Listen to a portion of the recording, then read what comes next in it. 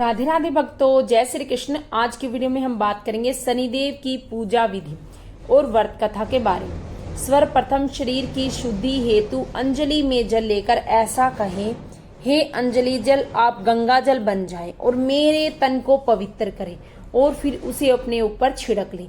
इसके बाद गणेश जी का सुमिरन करें और उन्हें प्रणाम करें। इसके बाद दाहिनी हथेली में पान, सुपारी, अक्षत, तिल, गंगा जल, द्रव्य और फूल, बिल्व पत्तर, चंदन इस प्रकार उच्चारण करे, हे शनिदेव मैं कलयुग वासी हूँ, पृथ्वी लोक में मेरा वास है, मेरा अमुक नगर है, अमुक मास है, अमुक पक्ष है, अमुक तिथि और अमुक नक्षत्र है। आप मेरे समस्त कष्टों को नष्ट करें, मैं आपका संकल्प करता हूँ। इसके पश्चात हथेली की वस्तु शनिदेव के सिंहासन पर समर्पित कर दें। इसके बाद गंगा जल या साधारण जल से शनिदेव की मूर्ति को स्नान करावें। इसके पश्चात अक्षत, तिल, बिल्व पत्तर, पुष्प, चंदन, पुष्पांजलि श्रद्धा पूर्वक समर्पित करें। ऐसा कहकर हाथ जोड़कर क्षमा प्रार्थना करें। हे शनिदेव आप सूर्य के पुत्र हैं और यमराज के भाई, आप ही मेरा आधार है। मैं कर्महीन हूँ, क्रियाहीन हूँ। आप मेरी भक्ति को स्वीकार करें तथा मेरी भूल को क्षमा करें। आपको बारंबार नमस्कार है। शनिदेव कथा प्रारंभ। दोहा। आज्ञा दी गुरुदेव ने, दीना शीस झुकाए, कथा कहूँ शनिदेव की भाषा सरल बनाए। स्वर प्रथम श्री सरस्वती जी को सुमिरन करके, गणपति जी के को नमस्कार करके तथा अपने गुरुदेव के चरणों में माथा नवाकर मैं श्री शनिदेव की कथा प्रारंभ करता हूँ। यह शनिदेव जो मनोवांछित कार्यों को सफलता प्रदान करने वाले हैं और जिन्हें सकल नर नारी और 33 कोटि देवता योगीश्वर मुनीश्वर ध्याते हैं, वही देव मेरी त्रुटि को क्षमा करे और मुझे अपनी शरण में ले। मेरे मन में आपके प्रति आगाध प्रेम है। यह बात सर्वविदित है कि जो लोग शनिदेव को ध्याते हैं उनके सकल मनोरथ सफल होते हैं, तथा जो ऐसे देव को भूल जाता है वह इन संसार में महान दुख पाता हुआ नरकगामी होता है और अगले जन्म में पशु की योनि में जाता है। जो कथा मैं तन मन धन से कहने जा रहा हूँ उसे आप भी सच्चे मन से ग्रहण करें। एक बार संसार में चारों ओर पूजे जाने वाले नवग्रह एक स्थान पर एकत्रित हुए, परस्पर विधि प्रकार से बात करने लगे। जब बात घूमती हुई उस स्थान पर आ पहुंची कि हम 9 ग्रहों में सबसे बड़ा और सर्वाधिक पूजनीय कौन देव है, तो प्रत्येक ग्रह देवता स्वयं को बड़ा कहने लगा। इस बात पर जब बहुत देर तक वाद विवाद होता रहा और कोई निर्णय नहीं हो पाया, तो यह तय हुआ कि चलकर इंद्र से इसका निर्णय कराना चाहिए। अतः वह 9 के 9 ग्रह इंद्रदेव के समक्ष उपस्थित हुए और उन सब की बातें सुनकर इंद्रदेव भी सोच में पड़ गए। किसे छोटा कहूं और किसे बड़ा, किसकी श्रद्धा का पात्र बने और किसके कोप का भाजन। अंत में सोच समझकर निर्णय न करते हुए वह बोले, मैं अल्प बुद्धि, इस बात का निर्णय करने में असमर्थ हूँ। मुझे तो आप सभी ही बड़े नजर आते हैं। मैं सभी का आदर सम्मान संभाव से करता हूँ। इस पर नवग्रह संतुष्ट नहीं हुए और हठ करने लगे कि इसका निर्णय आपको अवश्य करना चाहिए। तब देवराज बोले, आप मृत्यु लोक में जाइए, वहां एक अत्यंत न्याय प्रिय राजा विक्रमादित्य राज्य करता है। आप उसके पास जाइए, वह अवश्य आपका कोई न कोई उचित निर्णय कर देगा। इंद्र से निराश होकर नवग्रह मृत्यु लोक में जाने को तत्पर हो गए। देवराज इंद्र ने जब उन्हें वहां से जाते देखा तो प्रसन्न होकर चैन की सांस ली। इस धर्म संकट से निकलना उनके लिए सचमुच ही कितना दुष्कर था, पर अपनी चतुराई से अपने ऊपर आए इस संकट को राजा विक्रमादित्य पर टाल दिया। उज्जैन नगरी की उन दिनों सारे भारत में धाक थी। एक तो वहां राजा विक्रमादित्य के दरबार में बड़े बड़े ज्ञानवान लोगों का सम्मेलन होता रहता था। दूसरी उस न्याय प्रिय राजा के न्याय से उज्जैन नगरी का सारे भारत में डंका बजता रहता था।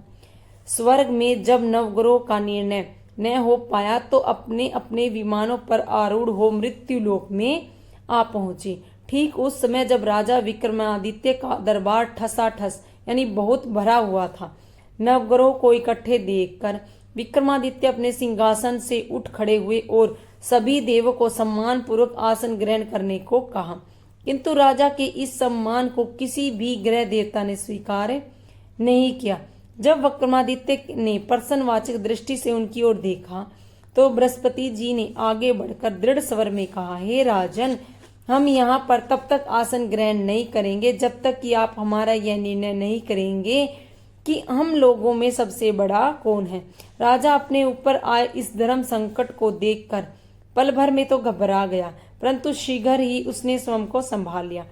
उसने अपने मन में एक युक्ति सोच ली। दरबार में छोटे छोटे आसनों की एक पंक्ति प्रवेश द्वार तक चली गई थी। राजा ने उन लोगों से कहा कि आप यहाँ पर आसन ग्रहण कीजिए, मैं सोच समझकर अभी अपना निर्णय करता हूँ। यह कहकर राजा अपने सिंहासन पर बैठ गया। सिंहासन के निकट ही जो आसन था उस पर भागकर बृहस्पति जी जा बैठे और उसके अगले आसन पर सूर्यदेव जा बैठे।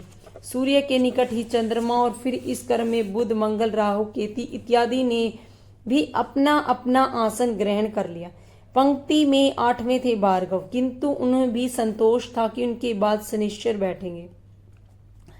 किंतु आसन प्रवेश द्वार के समीप होने के कारण और सबसे अंत में होने के कारण शनिदेव उस पर नहीं बैठे।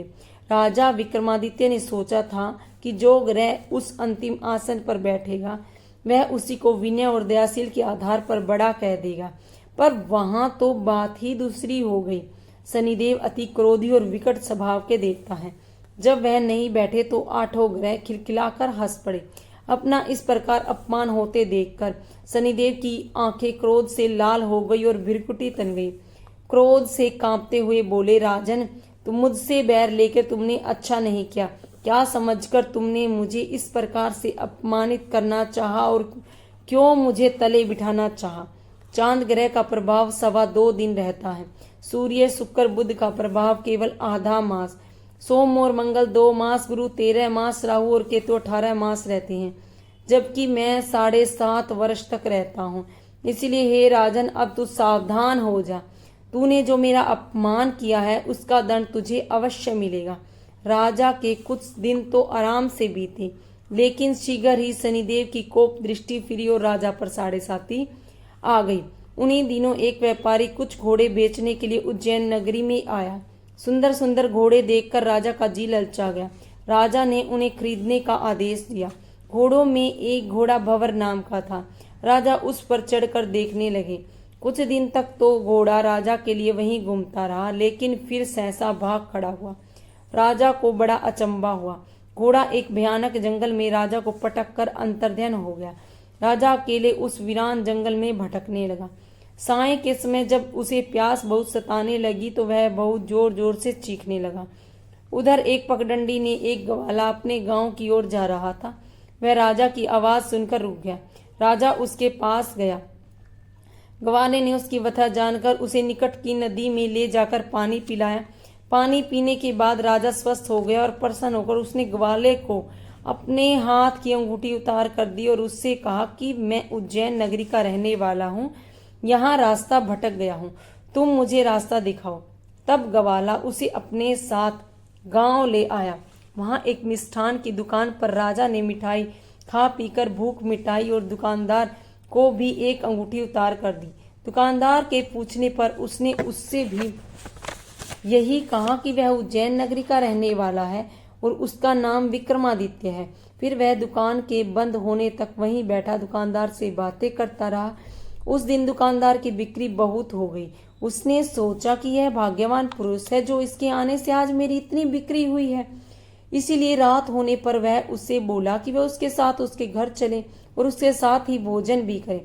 राजा मान गया। जब वह दोनों घर पर पहुंचे तो दुकानदार की पत्नी ने उनका बड़ा स्वागत सत्कार किया और अतिथि के लिए विशेष रूप से भोजन तैयार किया। भोजन करते समय एक अद्भुत घटना घटी। जहां राजा भोजन कर रहा था वहां सामने की दीवार पर एक सतलड़ा हार टंगा हुआ था। उसके पीछे एक चित्र था। सहसा ही हार वहां से अदृश्य हो गया। दुकानदार के यहाँ एक बांदी थी। उसने जाकर घर की मालकिन से कहा कि वहां खूंटी पर हार नहीं है। जब बात दुकानदार तक पहुंची तो राजा ने से पूछा। राजा बोला, मुझे तो मालूम नहीं, तुम्हारे और मेरे अतिरिक्त तो वह यहाँ कोई था ही नहीं। सच सच बताओ, हार कहाँ है? मुझे मालूम नहीं। राजा फिर बोला, मेरे पास कोई हार नहीं है। जब निर्णय नहीं हो सका तो दुकानदार राजा को उस नगर के राजा के पास ले गया। उस नगर के राजा ने जब विक्रमादित्य की भोली भाली सूरत देखी तो बोला कि यह व्यक्ति कभी चोरी नहीं कर सकता। यह कहकर उसने विक्रमादित्य को छोड़ दिया। विक्रमादित्य जब नगर में यूं ही इधर उधर घूम रहा था तो उस नगर के एक तेली ने उसे कहा कि वह उसके यहाँ काम कर ले तो वह उसे रहने का स्थान और खाने की सामग्री भी देगा। राजा मान गया। तेली उसे अपने घर ले आया। वहां राजा सारा दिन राजधानी पर बैठा उसकी बैलों को हाँकता रहता और तेली बाजार में तेल बेच आता। जब वर्षा ऋतु आई और मूसलाधार वर्षा होने लगी तब धानी पर बैठे हुए विक्रमादित्य ने मौज में आकर ऊंचे ऊंचे स्वर में राग अल्पना आरंभ कर दिया। निकट ही उस नगर के राजा का राजमहल था। वहां खिड़की में बैठी राजकुमारी ने जब राजा का मधुर स्वर में गीत सुना तो अपना दिल हार बैठी। उसने बांदी को पता करने के लिए भेजा। बांदी वहां राजा को गाते देखकर लौटी तो राजकुमारी से बोली कि वहां पर तो कोई अति सुकुमार नवयुवक बैठा मस्ती में आंखें बंद किए गा रहा है। राजकुमारी ने सुना तो वह उसने अन्न जल का त्याग कर दिया। रात तक जब उसने कुछ नहीं खाया तो रानी ने आकर उसे समझाया, पर वह बोली कि वह तो उस गाने वाले से ही शादी करेगी।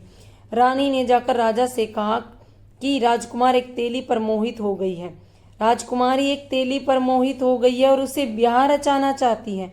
राजा ने सुना तो उसे बहुत क्रोध आया। उसने तेली के घर से विक्रमादित्य को बुलाया और उसके हाथ काट कर जंगल में फिकवा दिए। यहाँ यह बात जब राजकुमारी को पता चली वह और भी अपनी बात पर दृढ़ हो गई। बोली, मैंने तो उसी को वर लिया है, वह चाहे कैसा भी हो उसी से विवाह करूंगी। बेटी की हट देखकर लाचार हो राजा ने दोबारा विक्रमादित्य को नगर में बुलाया और उससे राजकुमारी का मामूली ढंग से पाणी ग्रह करवाया और एक साधारण मकान में दोनों को बसा दिया। दोनों वहीं रहने लगी। एक दिन जब विक्रमादित्य सोया हुआ था तो स्वप्न में उसे शनिदेव नजर आए। विक्रमादित्य ने उनके सामने नमस्कार किया और क्षमा याचना की। शनिदेव ने उसे आशीर्वाद दिया और बोले कि अब तुम्हारी 7.5 यानी 7 वर्ष खत्म हो गए हैं। राजा बोला, मुझसे जो गलती हुई उसके लिए मुझे क्षमा कर दीजिए। शनिदेव ने मुस्कुराकर उसे आशीर्वाद दिया और राजा के दोनों बाजू दोबारा निकल आए। राजा ने अपनी पत्नी राजकुमारी को रात में जगाया नहीं। वह रात को उसके गले में बाहें डालकर सो गया। सुबह राजकुमारी की आंखें खुली तो उसने अपनी गर्दन में बाहें पड़ी देखी तो वह चौंक कर उठ बैठी। लेकिन शीघ्र ही विक्रमादित्य ने जाकर उसको सब बातों से अवगत करा दिया। जब वहां के राजा को यह बात मालूम हुई तो वह भागा भागा आया और अपंग को फिर से स्वस्थ देखकर चकित रह गया। उसने भी विक्रमादित्य से यही कहा कि ये सब शनिदेव की कृपा का फल है और विक्रमादित्य ने अपना वास्तविक परिचय भी उस राजा को दिया और सारा किस्सा विस्तार से सुनाया। सुनते ही राजा विक्रमादित्य के चरणों में गिर गया और क्षमा याचना करने लगा। बस यह खबर शीघ्र ही सारे नगर में फैल गई। दुकानदार को जब यह खबर मिली तो वह भागा भागा आया और विक्रमादित्य के पांव में लौटने लगा। विक्रमादित्य ने उसे उठाया और आसन पर बिठाया और कहा, तुम घर जाकर उस कुंटी पर देखो, हाथ टंगा होगा। और सच ही दुकानदार ने देखा, हाथ टंगा पाया। नौकरानियों के साथ लश्कर समेत विक्रमादित्य को विदा किया। राजा विक्रमादित्य जब राजकुमारी को लेकर अपनी नगरी उज्जैन में लश्कर समेत पहुंचा तो सारी नगरी में उत्साह छा गया। अपने राजमहल में प्रवेश करने से पूर्व विक्रमादित्य ने नवग्रह की पूजा की और शनिदेव को सर्वोच्च स्थान दिया। साथ ही उसने नगर भर में ढिंढोरा पिटवा दिया कि शनिदेव मनोवांछित फलों को देने वाले हैं और नवग्रह में सर्वोच्च स्थान रखते हैं। इस प्रकार शनिदेव को मना कर विक्रमादित्य ने अपने राज्य, यश और कीर्ति को प्राप्त कर लिया। बोलो श्री शनिदेव की जय, बोलो श्री नवग्रह की जय। दोहा, जैसी सुनी तैसी कही, इसमें झूठ न साच। विक्रम भूप इतिहास को सज्जनों देखो बाँच। सुने सुनावे शनि कथा, गावे जो चितलाए, सत्य वचन है संत का, बाको संकट जाए। साढ़े साती हटाने के लिए शनिदेव से प्रार्थना। साढ़े साती शक्ति के मालिक विनती ये मंजूर करो, अशुभ दृष्टि अब हे शनिदेवा मेरे तन से दूर करो। कंपित कर दी काया मेरी अशुभ साढ़े साती रानी ने, जीवन को अंधेर किया है तेरी शक्ति भवानी ने। सभी ग्रहों की अशुभ शक्ति को हे शनिदेवा चूर करो, साढ़े साती शक्ति के मालिक विनती ये मंजूर करो। विपत्तियां जो बैठी मुझ पे उनको दूर भगाओ तुम, निर्धनता मेरे घर में विराजे अपने संग ले जाओ तुम। वैसे लक्ष्मी मेरे ग्रह में शुभता से भरपूर करो, साढ़े साती शक्ति के मालिक विनती ये मंजूर करो। डेढ़िया और साढ़े साती देवा दोनों तेरी दासी हैं, तेरी आज्ञा से चलती दुख सुख किए साथी हैं। दया दो इनसे दया की दृष्टि, धन और वृष्टि जरूर करो, साढ़े साती शक्ति के मालिक विनती ये मंजूर करो। अशुभ ग्रहों को हे शनिदेवा मेरा मित्र बना दो तुम, रत्नों से भरा मेरा खजाना सोने छत्र चढ़ा दो तुम। चरणों में है मेरा मस्तक, दुखिया पे दया हजूर करो, साढ़े साती शक्ति के मालिक विनती ये मंजूर करो। आरती श्री शनिदेव जी की। जय जय शनिदेवा भगतन हितकारी, सूर्य के पुत्र प्रभु छाया में तारी। जय जय श्री शनिदेवा भक्तन हितकारी, श्याम अंक्र वक्र दृष्टि चतुर्भुजाधारी, नीलांबर धार नाथ गज की असवारी। जय जय श्री शनिदेवा भक्तन हितकारी, किरीट मुकुट शीश सजत दीपत है लिलिलारी, मुक्तन की माला गले सुशोभित बलिहारी। जय जय श्री शनिदेवा भक्तन हितकारी, मोदक मिष्ठान पान चढ़त है सुपारी, लोहा तिल तेल उड़द मीशी अति प्यारी। जय जय श्री शनिदेवा भक्तन हितकारी, देव दनुज ऋषि मुनि सूरत नर नारी, विश्वनाथ धरत ध्यान शरण है तुम्हारी। जय जय श्री शनिदेवा भक्तन हितकारी। बोलो श्री शनिदेव की जय, बोलो नवग्रहों की जय। राधे राधे भक्तों, जय श्री कृष्ण, हर हर महादेव।